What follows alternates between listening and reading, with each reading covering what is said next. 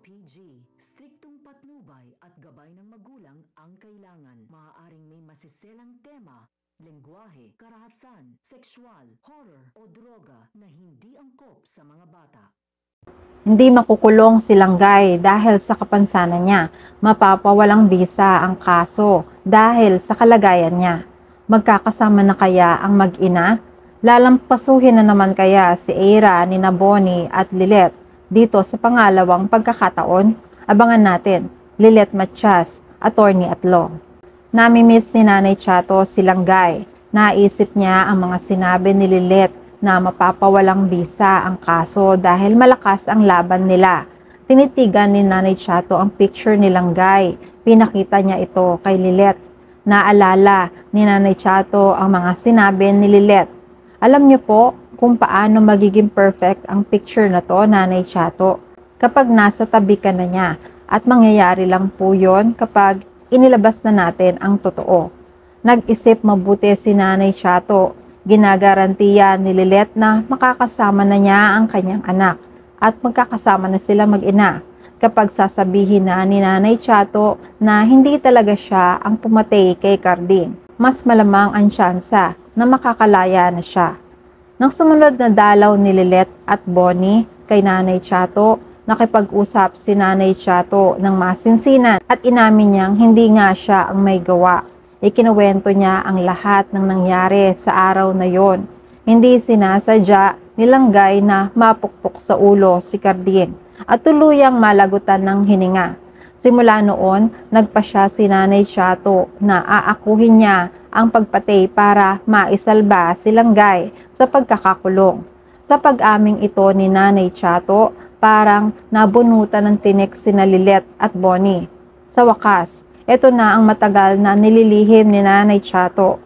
Sinabi na nga niya ang tunay na nangyari. Sabi ni Lilet, "Salamat Nanay Chato, pinapangako ko, makakalaya ka dito at makakasama mo na si Langgay.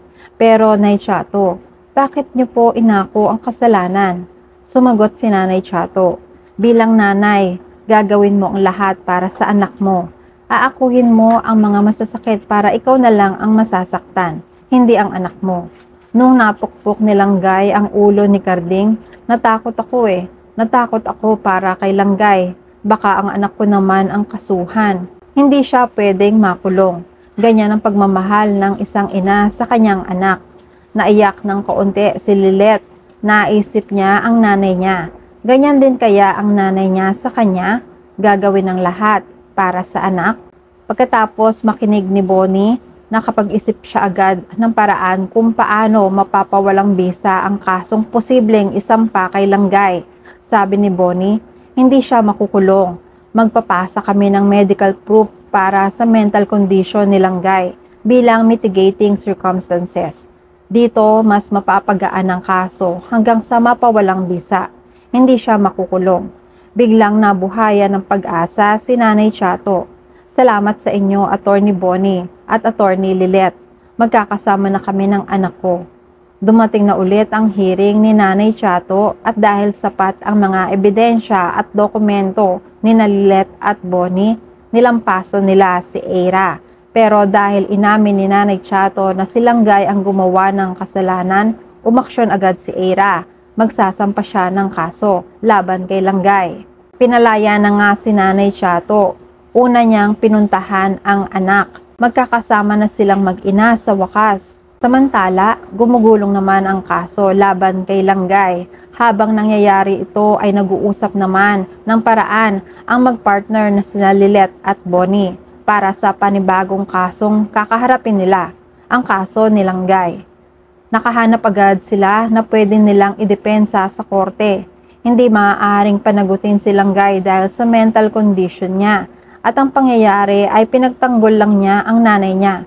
Sabay na nabuo sa isip ni Lilet ang defense of a relative kung saan dinipensahan lang ang ina dahil sa bugso ng damdamin na nakikitang nasasaktan ang nanay.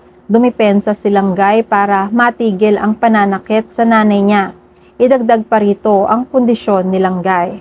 Pero dahil wala pang sapat na kaalaman ang otoridad sa mental condition ni Langgay, patuloy ang kaso at pag-iimbestiga.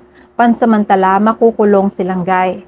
Lumabas na ang warrant of arrest ni Langgay. Dinala ito ng mga pulis kay Eira.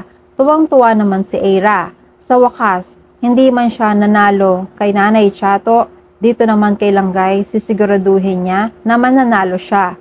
Hindi sila nag-atubili at nagpunta agad sila sa tinutuluyan ni Langgay para arestuhin. Inihain ang warrant para madakip si Langgay. Halatang may kapansanan si Langgay. Kulang ang kakayanan ng pag-iisip niya para intindihin ang mga pangyayari. Pero dahil sa warrant, walang magagawa si Langgay at Nanay Chato kundi ang sundin ang sinasabi nito. Tuwang-tuwa ang malditang si Eira. Ayaw naman pumayag ni Nanay Chato. Huwag namang ikulong si Langgay. Pero sabi ni Eira, huli na, makukulong si Langgay sa ayaw niya at sa gusto niya.